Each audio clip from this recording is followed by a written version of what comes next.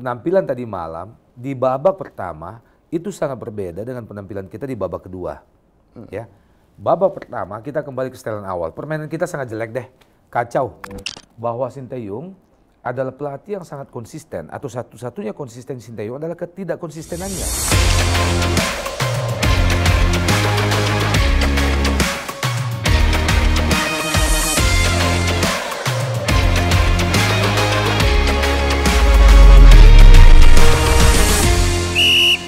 Halo, salam One Corner. Jumpa lagi bersama gue Faisal Kreb di acara podcast One Corner. Dimana pada episode kali ini tentunya kita akan membahas terkait performa Timnas Indonesia yang berlaga di ajang Asian Championship 2024. Dimana tadi malam Timnas kita berhasil meraih kemenangan di kandang atau di markas Myanmar. Dan tentunya untuk membahas terkait performa Timnas kita pada tadi malam, hari ini saya sudah tidak sendiri karena saat ini saya sudah ditemani oleh salah satu pengamat sepak bola yang sangat luar biasa. Siapa lagi kalau bukan Bung Opan Playmaker Lamara. Selamat datang Bung Opan. Terima kasih, alhamdulillah akhirnya bisa sampai ke sini juga. Alhamdulillah. Rupanya buat hadir di One Corner harus melalui proses yang sangat ketat ya. ini udah masuk speknya Sintayong berarti harus bisa akhirnya hadir di sini. Iya. Bang Opan, langsung aja mungkin Bang. Lihat semalam kan juga nobar juga dong Bang berarti. Betul, di Playmaker. Di Playmaker. Gimana Bang melihat performa timnas kita yang tadi malam berhasil meraih kemenangan di markas Myanmar? Iya, di grup WA yang juga ada Kreb di situ. Bahkan pagi ini saya langsung menulis bahwa kalau kita berkaca dari babak pertama kemudian babak kedua, maka jujur saya harus mengatakan, ini maaf nih ya, saya harus mengatakan agak lebih kritis saya kali ini bahwa di babak pertama tadi malam kita kembali ke setelan aslinya Timnas Indonesia. Ya, permainan kita sangat jelek. Ya, permainan kita sangat jelek. Terlepas dari bahwa kita bisa menang tadi malam, tapi kalau kita melihat kualitas permainan kita tadi malam, kok target untuk menjadi juara di Piala ASEAN kali ini agak jauh dari jauh panggang dari api ya. Kecuali jika nanti perubahan bisa kita lakukan di pertandingan selanjutnya. Dan kalau kita merujuk pada statistik pertandingan tadi malam, ada perbedaan yang sangat besar antara penampilan kita di babak pertama dan babak kedua ya. Babak pertama sekali lagi kita kembali ke setelan awal. Kesalahan elementer kerap kali kita lakukan ya. Kontrol bola bahkan bisa sampai 2-3 meter. Dribbling bola juga bisa tiba-tiba bolanya jauh banget. Akhirnya kita bisa gagal mengejarnya dan terbut oleh lawan. Kemudian kita bahkan dari sisi position diimbangi oleh Myanmar. Ini baru Myanmar loh, bukan Vietnam, bukan Thailand, bukan Malaysia, bukan Filipina. Position di babak pertama itu bahkan sangat tipis. Sekitar 53-47%. Ya, walaupun sedikit membaik di babak kedua. Kemudian peluang juga jauh lebih didominasi oleh Myanmar. Ini kita berbicara tentang babak pertama. Mereka berhasil melepaskan shot on target sekitarnya 3 kali. Kemudian kita tidak ada sama sekali. Kita tidak pernah melepaskan shot on target sama sekali sepanjang babak pertama. Kemudian kita juga berbicara tentang kedewasaan bermain, ketenangan bermain ya, kerja sama tim. Myanmar lebih meyakinkan di babak pertama. Nah, beruntung babak kedua Sinteyong akhirnya bisa melihat itu semua, kemudian melakukan beberapa pergantian pemain, dan pergantian ini memang membuahkan perubahan permainan yang sangat signifikan ya. Masuknya Asnawi Bahar, apalagi di lini depan dihiasi oleh Struijk, membuat akhirnya kita bisa menguasai permainan, walaupun di ujung pertandingan statistik sekali lagi menunjukkan kepada kita bahwa kita tidak terlalu dominan atas Myanmar secara keseluruhan. 90 menit atau sampai babak kedua berakhir, position 57-43. Ya, artinya tidak terlalu jauh ya kan. Kemudian kita juga bisa menghadirkan beberapa peluang shot on goal. Kalau di babak pertama kita tidak bisa melepaskan tendangan langsung ke gawang sama sekali, di babak kedua kita melepaskan 3 atau 4 ya. Kemudian kita juga bisa menciptakan 1 gol. Nah, satu-satunya nilai plus yang saya saksikan dari penampilan anak-anak kita tadi malam adalah kemampuan mereka mengendalikan emosi lumayan membaik ya. Lumayan membaik. Terbukti dari statistik, kalau di kubu tuan rumah menghasilkan 3 kartu kuning, sebaliknya kita tidak ada kartu sama Tidak sekali. ada. Iya. Bu Kopan, kalau tadi seperti yang Bu Kopan bilang, dari sisi penampilan atau performa timnas kita belum menjanjikan. Iya. Nah, Kembali kalau ke setelan awal. Ya. Kembali ke setelan awal. Bu Iya. Kopan nanti gimana nih? Apakah memang karena mayoritas skuad timnas kita dihuni mayoritas main muda, Iya. atau justru ini menunjukkan kualitas dari Sintayong dalam hal Iya. taktikal dan strategi? Iya. Berarti ada dua yang Krep sampaikan tadi. Yang pertama tentang pemain-pemain muda atau ya kita sebutlah bukan pemain senior Ya. yang diturunkan di kualifikasi Piala Dunia. Ya, bahkan kemarin. 8 pemain selalu melakukan debutnya di level senior. Iya, betul. Nah, saya sebetulnya tidak terlalu sepakat karena beberapa nama yang menghiasi tim kita tadi malam sebetulnya adalah adalah pemain-pemain yang sebenarnya sejauh ini cukup diandalkan di timnas senior ya.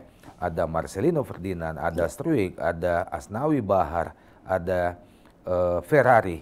Artinya apa? Dari sisi materi pemain, apa yang dibawa oleh Sintayong ke Asian Championship kali ini atau Piala AFF kali ini sudah cukup menjanjikan sebetulnya. Sudah cukup matang pemain-pemain ini. Sudah cukup matang, sudah cukup baik. Beberapa di antaranya bahkan sudah kerap bermain bersama dalam setahun belakangan ini. Kemudian yang kita juga harus perhatikan adalah bahwa lawan yang kita hadapin ini masih level ASEAN, bukan Asia, ya kan? Artinya ya dengan materi pemain yang kita bawa sekarang ini, saya rasa sudah sangat cukup setidaknya untuk bisa lolos ke final, ya. Nah, yang kedua, pertanyaan yang kedua tadi, apakah karena strategi dan sebagainya. Nah, saya selalu kritis dari dulu terhadap satu hal yang kerap dilakukan oleh Sintayong, bahwa Sintayong, dan saya tidak berubah dengan kekritisan saya ini terhadap Sintayong, bahwa Sintayong adalah pelatih yang sangat konsisten, atau satu-satunya konsisten Sintayong adalah ketidakkonsistenannya dalam menurunkan materi pemain, ya. Kita tidak pernah melihat dari dulu nih, dari 4 tahun yang lalu, Sintayong menurunkan tim yang sama dari satu laga ke laga yang berikutnya. Atau kita tidak pernah melihat Sintayong menurunkan starting 11, the winning team yang sama dari satu laga ke laga yang berikutnya. Sekalipun pada laga sebelumnya anak-anak sudah bermain sangat baik. Saya ambil contoh misalnya di kualifikasi Piala Dunia grup C misalnya. Kurang apa lagi? Oke lah, waktu kita menahan Arab Saudi di kandang mereka, statistik memang jomplang banget ya. Semua jauh didominasi oleh Arab Saudi. Kekurang beruntungan mereka saja, sehingga mereka tidak bisa menggelontorkan gol ke gawang kita. Tapi pada saat kita menghadapi atau melakoni laga kedua, menghadapi Australia di GBK, dengan materi pemain yang hampir sama saat kita menghadapi Arab Saudi, ditambah beberapa pemain debut pada saat itu, sebetulnya permainan anak-anak sudah sangat baik, terutama di lini pertahanan ya. Australia sangat sulit untuk bisa menembus area 12 kita. Sebaliknya kita juga bisa menciptakan peluang yang sangat mengejutkan Australia. Tapi begitu kita away ke Bahrain, perubahan itu dilakukan lagi. Ya, kita tidak melihat ada Rizky Ridho di belakang. Kemudian tiba-tiba Asnawi menjadi kapten, diturunkan sejak menit pertama. Kemudian kita juga tidak melihat lagi Marcelo Ferdinand di tengah, di belakang striker sejak menit awal dan sebagainya. Nah, perubahan-perubahan inilah, ketidakkonsistenan ini rupanya berlanjut tadi malam, ya. Kita ingin memberikan pesan begini. Sudahlah. Target kita atau target rakyat Indonesia, saya belum membaca target dari PSSI ya, katanya sih targetnya juara juga ya, juara. Oke. Kalau target dari federasi, target dari masyarakat Indonesia ingin juara Piala AFF kali ini, ingin juara di Asian Championship kali ini, maka hentikanlah eksperimen itu, ya. Coba lihat tadi malam, begitu kita menurunkan di awal babak kedua, memasukkan Asnawi Bahar yang memang menjadi pemain kunci sebetulnya, memasukkan Rafael Struijk yang menjadi andalan di depan sebetulnya, permainan kita berubah. Kita tidak hanya sekedar bisa mengontrol permainan, tapi juga memberikan pressing yang sangat ketat, ya, sehingga membuat pemain Myanmar praktis kerap melakukan kesalahan sendiri. Nah, di laga-laga selanjutnya, ya temukanlah ya the winning team, starting 11 dari hanya 23 pemain ini. Ya, dan tempatkan dari menit awal Struijk, Asnawi Bahar, sampai akhirnya kita mendapatkan gol-gol kemenangan Sebelum akhirnya mereka diganti untuk memberikan kesempatan kepada pemain pelapis. Di mana-mana kan targetnya begitu, Krep. Ya, betul. Pelatih biasanya target menang dulu deh, ya kan. Setelah unggul misalnya udah unggul banyak, ya 3 gol, kemudian menit bermain menyisakan 10 menit misalnya di akhir, ya masukin deh tuh, bereksperimen deh, mau digonta-ganti tuh posisi, ya kan. Betul. Gitu. Nah, selain pergantian materi pemain yang juga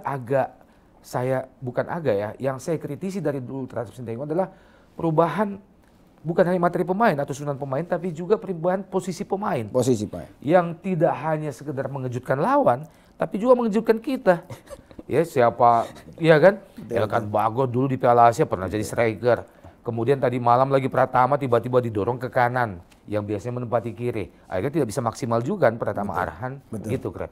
Walaupun susunan pemain atau starting 11 itu juga hak prerogatif pelatih kan, tapi Iya kadang-kadang keputusannya ini kan justru semua pelatih menargetkan menang. Betul. Ya.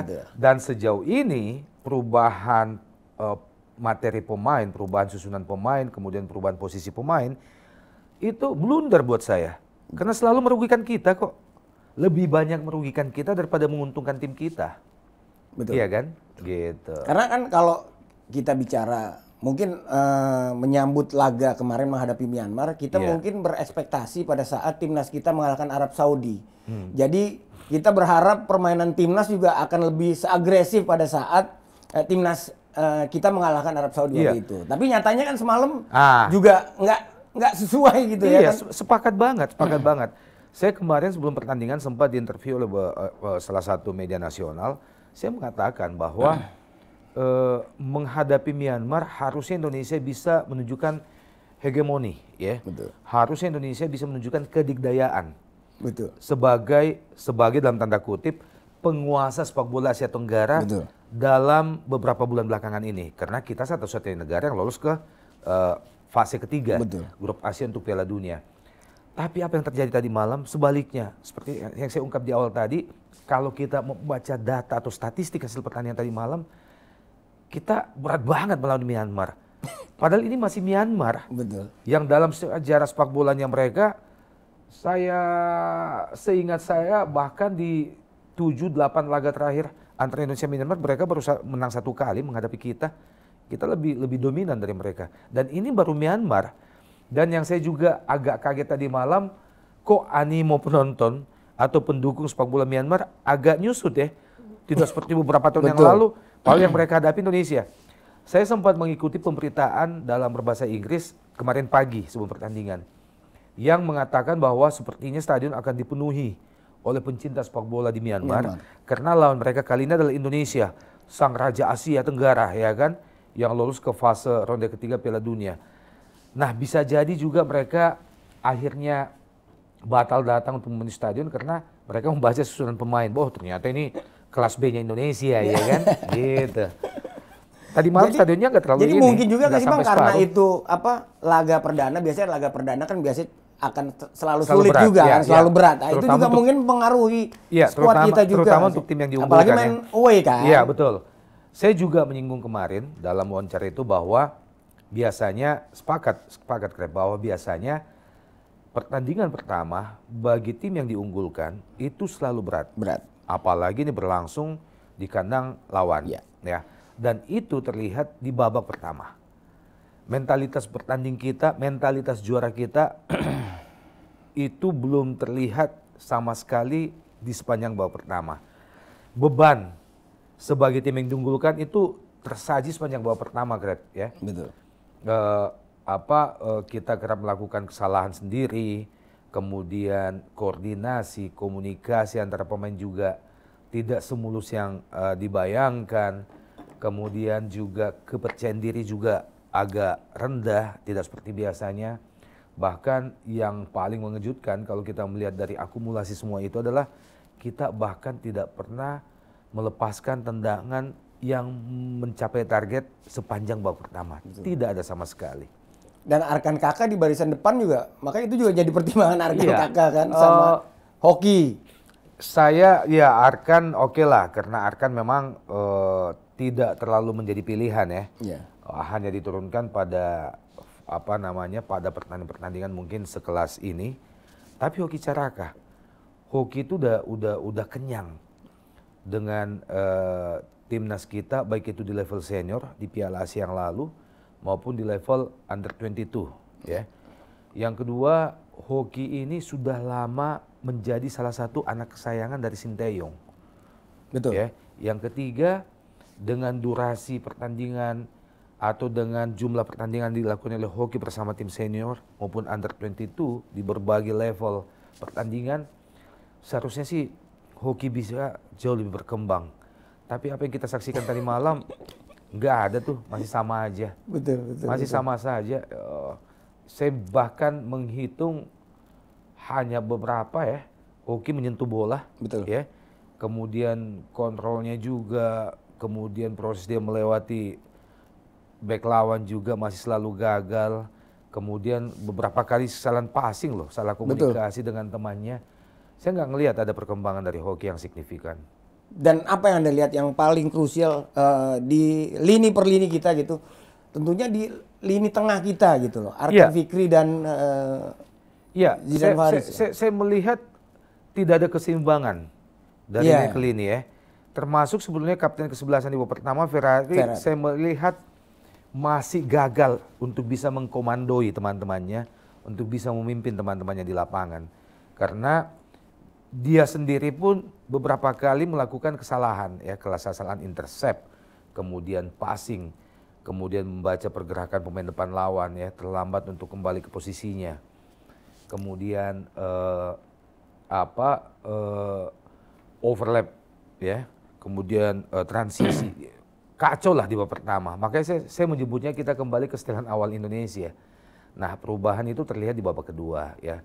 Asnawi masuk merubahlah ya tekanan dari sisi posisi Asnawi sisi kanan, kemudian sebagai wingback, kemudian Rafael Struijk juga ketenangannya, kemudian kecerdasan penempatan posisi, ketenangan dan juga skillnya itu rupanya bisa menarik kepercayaan diri teman-temannya sehingga kualitas penampilan mereka di babak kedua praktis berubah. Dan saya juga lihat semalam kayaknya kita tidak punya leader gitu atau jenderal lapangan yang bisa mengatur ritme permainan. Itu yang saya sebut tadi bahwa di babak pertama Ferrari gagal mengemban tugas sebagai kapten, sebagai komandan bagi teman-temannya di lapangan. Nah, hal yang berbeda bisa ditunjukkan oleh Asnawi Bahar.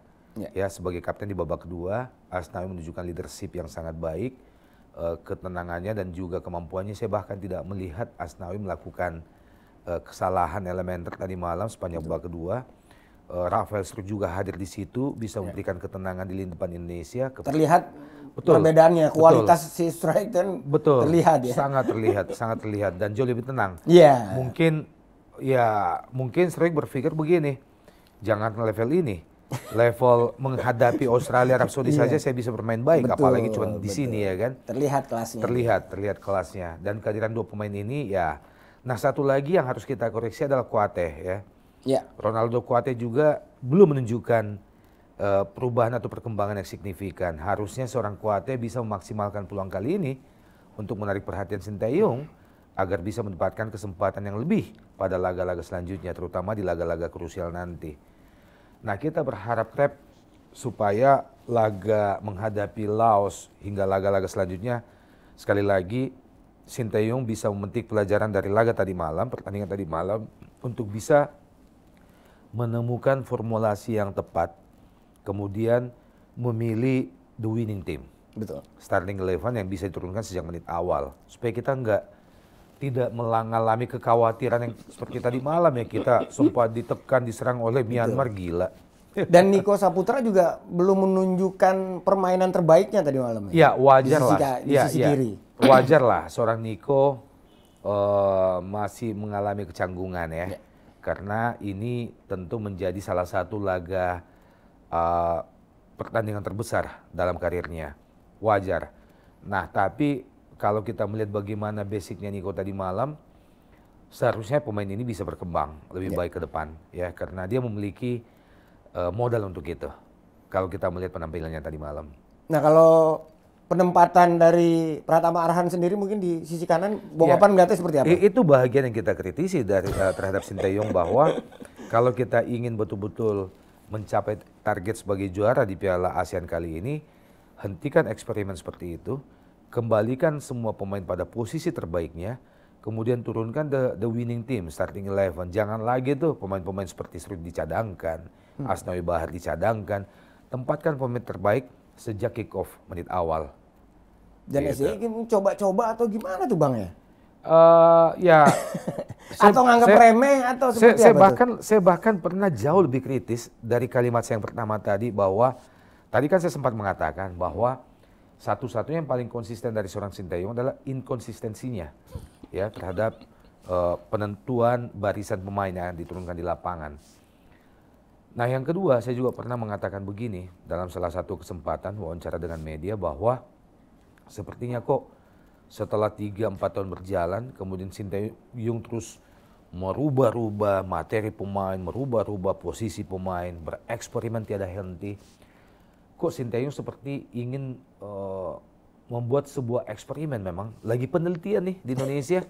Mungkin karena yang dia latih adalah tim seperti Indonesia, mungkin dia merasa udahlah saya bereksperimen, siapa tahu berhasil. Sebuah eksperimen yang tidak pernah dilakukan oleh pelatih dimanapun di dunia ini, yakni apa? Merubah susunan pemain dari satu pertandingan yang lain, merubah posisi pemain dari satu pertandingan yang lain. Siapa itu berhasil, kemudian menambah kekayaan profilnya dia. Tapi kan janganlah, ya kan, di Piala Dunia contoh sudah ada. Kita gagal di Bahrain, kita gagal di Cina, padahal seharusnya kita bisa meraih poin maksimal atau minimal 4 poin di situ.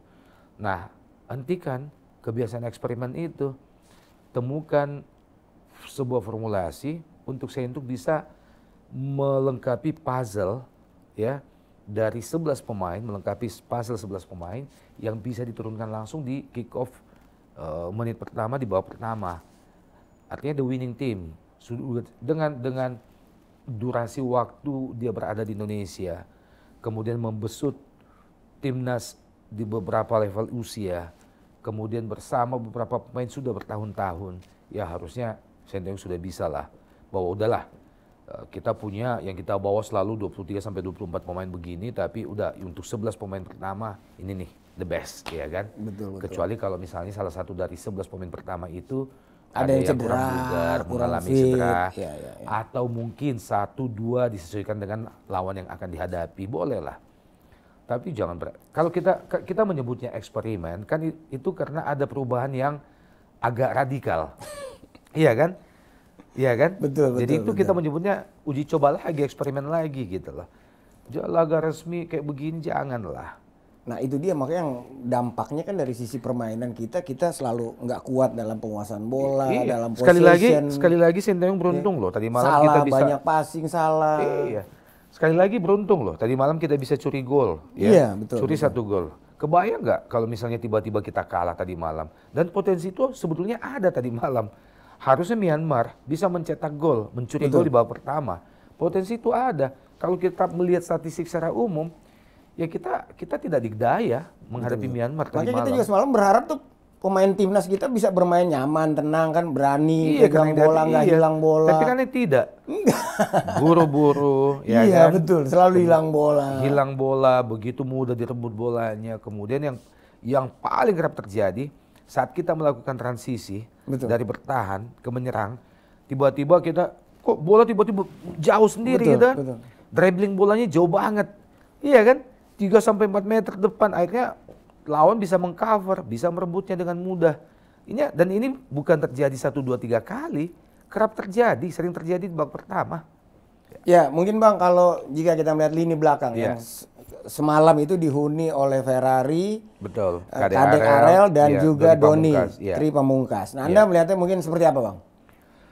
Oh, lini belakang overall lumayan ya. Apalagi setelah Asnawi masuk semakin baik. Walaupun sebetulnya di babak pertama seperti yang saya sampaikan tadi bahwa beberapa kali memang lini belakang kita direpotkan oleh determinasi pemain-pemain Myanmar. Sebetulnya mungkin kita agak grogi di babak pertama itu karena kita kaget juga melihat bagaimana kepercayaan diri yang sangat tinggi dari pemain lawan ya. Betul, betul. Pemain Myanmar. Betul. Mereka bahkan terlihat bermain jauh lebih enjoy. Betul.